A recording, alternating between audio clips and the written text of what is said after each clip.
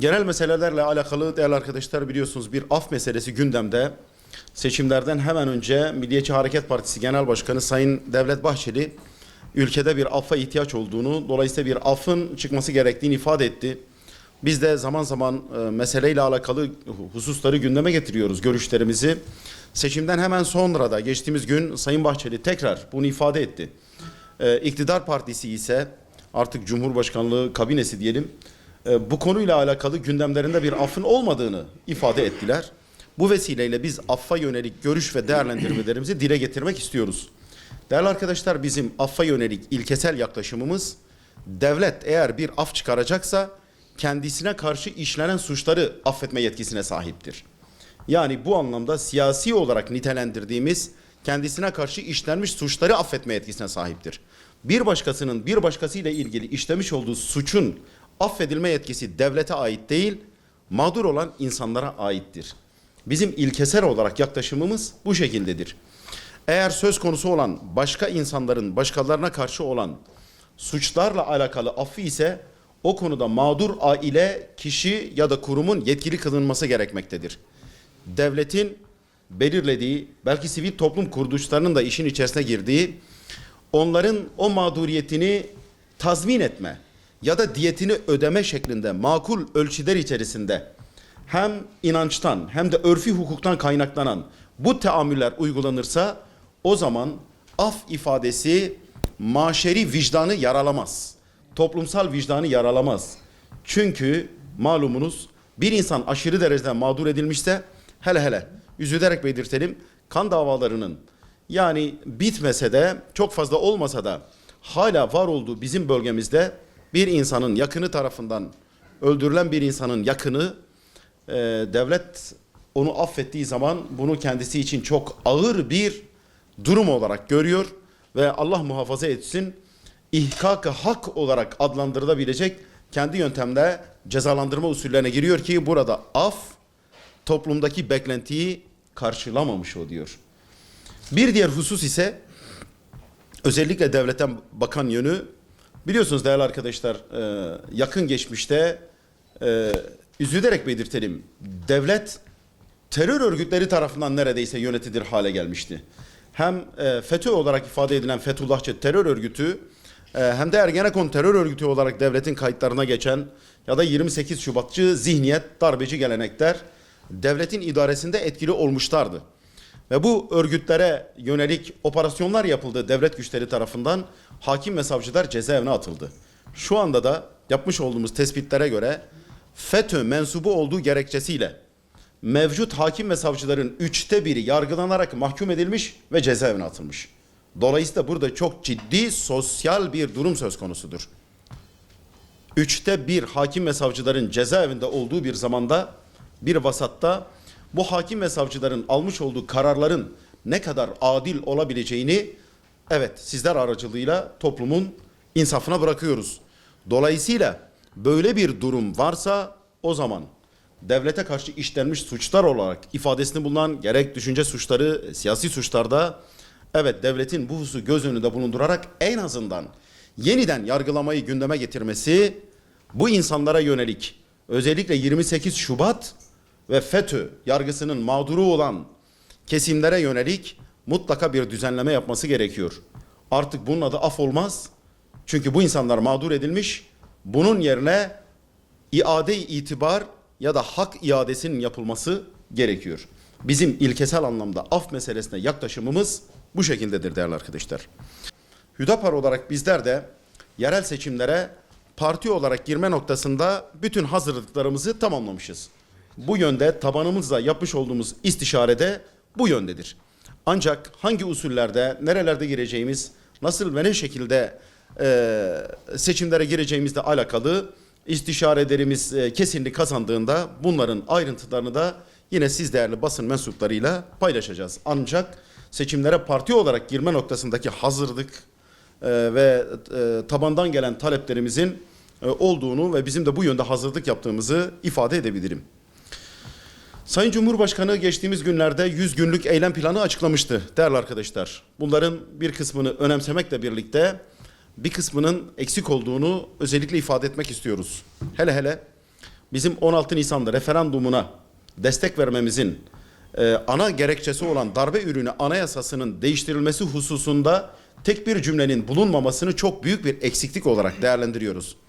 Şu an yaşamış olduğumuz sorunların önemli bir kısmı değerli arkadaşlar, bu 1982 Amerika'nın çocukları tırnak içinde kendi ifadeleriyle, Amerikan Büyükelçisi'nin ifadesiyle hani our boys it done, bizim çocuklar başardı şeklinde kamuoyuyla paylaşılan, basına düşen, bizim çocuklar bu işi başardı denilen bir darbenin ürünü olan bir anayasayla bu milletin yönetiliyor olması bu millete yapılabilecek en büyük kötülüktür. Bu kötülüğün ortadan kaldırılması gerekiyor. Dolayısıyla hükümetin, Cumhurbaşkanlığı Hükümet Kabinesi'nin ve yeni ismiyle Sayın Başkan'ın bunu gündemine almamış olmasını biz büyük bir eksiklik olarak görüyoruz. Mevcut anayasa darbe ürünü bir anayasadır. Ötekileştirme, ideolojik dayatma esasına dayanmaktadır. Onun yerine halkın, bizlerin, hepimizin inanç ve değerleriyle barışık, yasakçı olmayan, red, inkar ve asimilasyona dayanmayan, adalet temelli her hak sahibine hakkını iade ederek toplumsal barışı, huzuru, güveni ve istikrarı esas alan bir anayasanın yapılmasını en öncelikli iş ve vazife olarak görüyoruz. Hüdapar olarak muhalefetimizin esasını bunun üzerine inşa edecek ve her seferde sizler aracılığıyla hükümete ve kamuoyuna bunu hatırlatacağız inşallah. Değerli arkadaşlar, son dönemlerde Amerika ile yaşanan ekonomik temelli gerilimin elbette dış gerekçeleri olduğunu görmekle ve 15 Temmuz'dan sonraki sürecin devam ettiğini görmekle birlikte Türkiye'nin ekonomik sisteminin buna müsait olduğunu da ifade etmemiz gerekiyor. Ekonomik olarak Türkiye kendi ekonomisini döviz ile faiz arasında sıkıştırmış durumdadır. Eğer bizim ekonomimizin temeli döviz ile faiz arasında sıkışmışsa o zaman yabancı müdahalelere açık demektir. Yabancı müdahalelere açık olan bir ekonomi sistemi üzerinden yabancılarla girişilecek olan bir kavganın ceremesinin vatandaşa çıkacağını öngörüyoruz ki netice itibariyle böyle olmuştur. Yani Amerika'nın bize dayatmış olduğu, bize ait olmayan, yerli olmayan, yabancı sermayeye dayalı bu ekonomik sistemde meydana gelebilecek herhangi bir spekülatif hareketlenmenin ceremesini vatandaş çekecektir. Dolayısıyla kendi ekonomik sistemimizi yerli hale getirmeden, bu millete, bu halka ait hale getirmeden bu tür gerginliklerin yaşanmasını doğru bulmuyoruz. Yapılması gereken en acil iş, biraz önce de arz ettiğim gibi darbe ürünü anayasanın değişmesiyle doğrudan alakalıdır. Hem siyasi hem de iktisadi sistemimizi yerli hale getirmek, dışarıdan yapılacak spekülatif müdahalelere açık hale getirmekten uzaklaştırmaktır. Eğer biz bunu yaparsak istedikleri kadar dış mihraklar bizimle uğraşsınlar, bizim üzerimizde bir etki, bir tesir bırakmaz inşallah. Bunun yerine alternatif olarak biz üretime dayalı bir ekonomi modelinin benimsenmesi gerektiğini düşünüyoruz. İkinci bir husus olarak komşularımızla kavga etmek yerine onlarla olan ticaret hacmimizi tam kapasiteye çıkarmak. Söz gelimi İran'la şu anda 35 milyar dolar olan ticaret hacmimizi 150 milyar, 200, 300 milyar dolar tam kapasiteye çıkardığımız zaman ekonomimizi önemli oranda yabancı sermayeye mahkum olmaktan çıkaracak, dolayısıyla dışarıdan yapılacak olan müdahalelerden etkilenmeyecek bir boyuta getireceğiz. Bu bizim elimizde olan bir şey. 15 Temmuz gibi bir felaketin yaşanmasından sonra ekonomimizin bağlı olduğu Batı sistemi açık seçik, ayan beyan bize yönelik düşmanlığı ortaya çıktığı halde bunun değiştirilmemesi ısrarını biz anlayabilmiş değiliz değerli arkadaşlar. Bu vesileyle biz sizler aracılığıyla Cumhurbaşkanı'na, Sayın Başkan'a, Cumhurbaşkanlığı Hükümet Kabinesi'ne hem darbe anayasasının değiştirilmesinin mutlaka acilen gündeme alınması hem de bize dayatılan 90 yıldan beridir bize dayatılan bu siyasi ve iktisadi tasarımların yerine yerel tasarımlarımızın hakim kılınması, inşa edilmesi gerektiğini kendilerine sizler aracılığıyla hatırlatıyoruz. Dış politikayla ilgili Türkiye'nin, üzülerek belirtelim, ciddi bir ilkeli duruşu yoktur. Şu an Amerika ile yaşanan gerilimde de durum bu. Vatandaş Amerika ile yaşanan gerilimde bir sonraki gün ya da bir sonraki hafta Amerika ile tekrar kol kola girilemeyeceğinin garantisini veremiyor. Çünkü daha önce Rusya Devlet Başkanı Putin'le düelloya girdik neredeyse. Savaşın eşiğine geldik, sonradan Putin'le dost olundu. Daha önce yine Irak Başbakanı Haydar İbadi ile yapılan tartışmaları biliyoruz.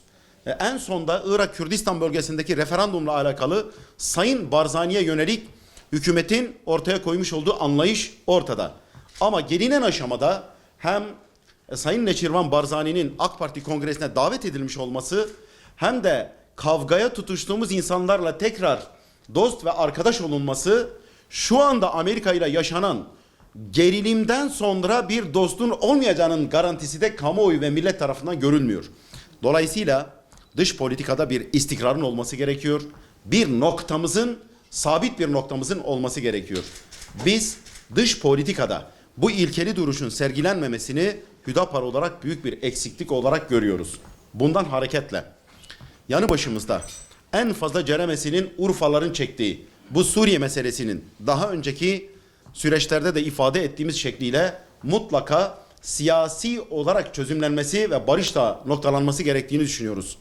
Türkiye, İran ve Rusya'nın üçlü mekanizmayla içine girmiş olduğu Astana süreçlerinin devam etmesi ve mutlaka inisiyatif alarak oradaki insanların, halkların hak talebinde bulunan her türlü dini, milliyeti, aidiyeti ne olursa olsun her türlü insanın hak taleplerini de göz önünde bulunduracak bir siyasi sistemin mutlaka Suriye'de inşa edilmesi gerekiyor. Burada hem Rusya hem İran hem de Türkiye aktif rol almalı. Suriye'nin toprak bütünlüğü içerisinde ama her türlü kesimin hak taleplerini göz önünde bulunduran ve onların haklarını kendilerine iade eden bir siyasi süreci nihayete erdirmelidir. Bu kapsamda önümüzdeki günlerde Astana sürecinin devamı niteliğindeki 3. görüşmenin, Tahran'da yapılacak olan 3. görüşmenin önemsenmesi gerektiğini düşünüyoruz. Sayın Cumhurbaşkanı'nın da buna katılacak olması, Rusya Devlet Başkanı Putin'in Tahran'a gidecek olması, bu üçlü mekanizmanın artık bu konuda nihai ve kalıcı bir barışın sağlanması konusunda son kararlarını vermesini de bekliyoruz. Zira bunun ceremesini en fazla Urfalılar olarak bizler ve takip eden süreçte elbette bütün Türkiye çekmektedir.